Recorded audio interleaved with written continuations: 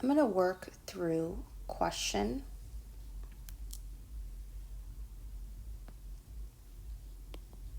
K in your dimensional analysis packet. And question K is a 2-unit conversion. So what that means is you're going to use 2 units to convert to 2 different units. So we're going to start with the units of yards per hour, and we want to ultimately finish with inches per week. So remember, the per is your divided sign, and so you're going to start with yards per hour, and you want to end up with inches per week. So ideally, you're going to take this route. You're going to convert yards to inches, and then you are going to convert hours into weeks. You could also go the exact opposite route. You can convert hours into weeks first and then convert yards into inches. It doesn't really matter as long as you convert both of the units. Don't leave one behind. So anytime that you are doing dimensional analysis, which is really an introduction to stoichiometry, you're looking at the relationship between 2 units.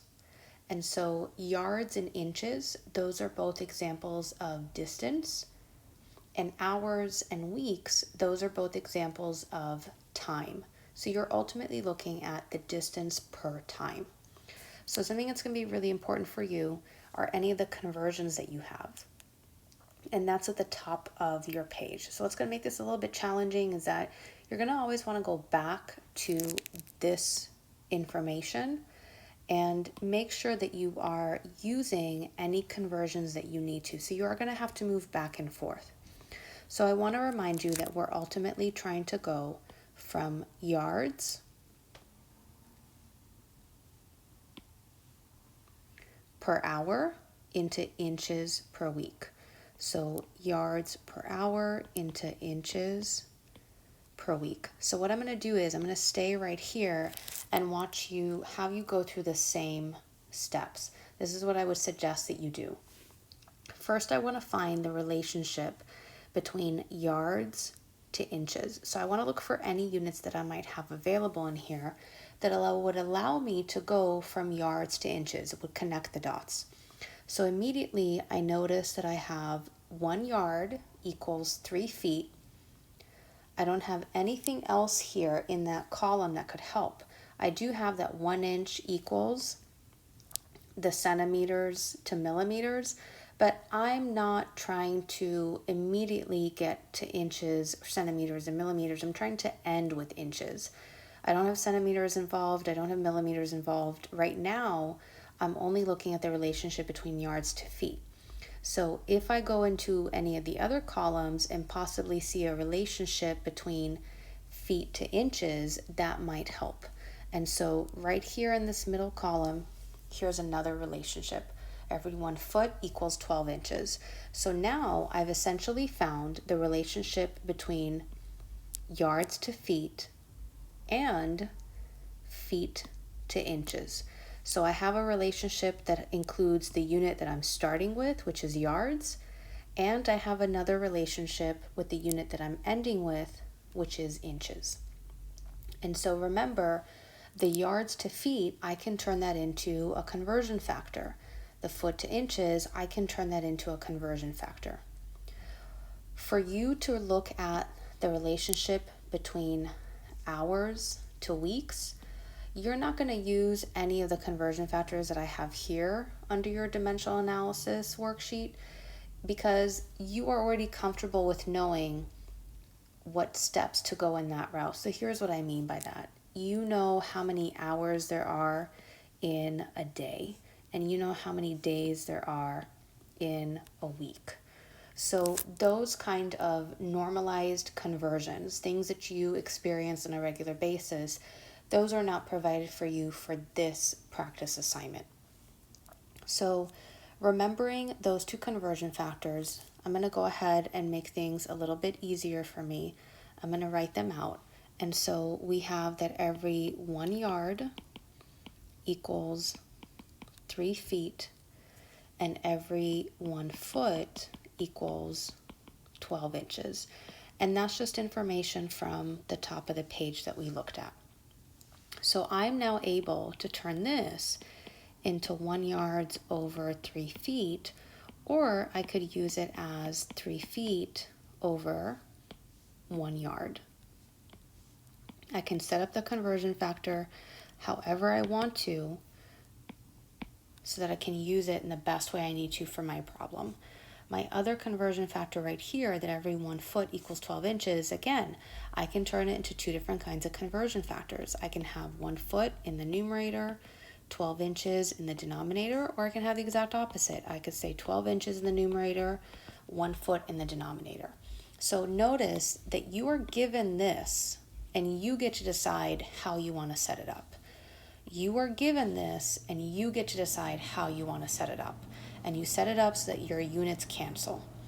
And so with a 2-unit conversion, I'm going to start with yards to inches. I'm going to set that up so that I clear those units first. So my data in this case is 53 yards per hour. So notice that it's that many yards per 1 hour. I want to now clear up yards. I'm going to convert yards to inches. So I'm going to first start with this conversion factor, the one that has the unit, which is yards. And I want my units to cancel. So to begin with, yards is in my numerator. I want yards to be in my denominator for my next conversion factor. So I'm going to put 1 yard in my denominator and 3 feet in my numerator. So now you can see yards in the numerator, yards in the denominator, those cancel. If I were to stop the problem right here, I would be left with feet in the numerator, yards in the denominator. That's not what I want. I want inches per week. So I'm going to now continue and try to get rid of feet. So I'm going to now use one of these. And I have feet in the numerator. I want feet to be in the denominator. So I'm going to put 1 foot in the denominator, so that means that I have 12 inches in my numerator. So now feet in the numerator cancels out with feet in the denominator. Look at the unit that you're left with. You're left with inches in the numerator, and that's what you wanted. So now the only thing that you need to do is you need to convert hours into weeks. And these are conversion factors that are not written out for you on the page like I described to you at the beginning of this video. This is just something that hopefully you're comfortable enough to go through at your own pace. So I'm left with inches in the numerator. I want that. I have hours in the denominator. So now I just need to go baby steps, hours into weeks. So always make sure that you do it baby step at a time. So if I start with hours in the denominator, I want hours in the numerator for it to cancel. So the best thing for me to do would be to say roughly 24 hours for every 1 day. So now what I've done is I've canceled out hours from my denominator and I'm left with day in the numerator. So if I stopped right here, I'd be left with the units of inches per day. I don't want inches per day, I want inches per week. So I'm going to continue. So now I want to get rid of days.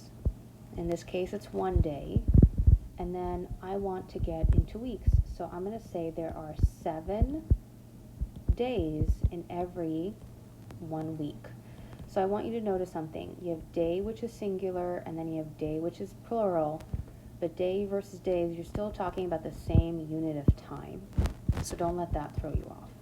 So now, when my units cancel, I have days in the denominator, days in the numerator. I'm left with week in the denominator. So look at what you're left with. You're left with inches per week. That's exactly what the question was wanting you to solve. This is now where you can go to your calculator and take the shortcut. Remember that for every fraction, the numerator is always multiplication, the denominator is always division. If it's divided by 1 or times 1, it's not going to change the answer. Anything times 1 is still the original. Anything divided by 1 is still the original. So if it has a 1 in the denominator, you can just skip it. If it has a 1 in the numerator, you can just skip it. So what I'm going to do is I'm going to go through it. I'm going to start with 53 in my calculator, and I'm going to say times 3 times 12 times 24 times 7. And once I plug that into my calculator, I now get a pretty long answer. I get 320,544. The reason why I said 53 times 3 times 12 times 24 times 7 is because all of those were in the numerator, and the numerator always means multiplication. In the denominator for everyone, I had a 1. So anything divided by 1 is still 1. So I just don't need to waste my time with that in the calculator. Now I need to take care of sig figs. So I only had one piece of data for this problem, and it was 53 yards per hour. 53 is 2 sig figs. I need 2 sig figs in my final answer. So the 3 and the 2, those are significant.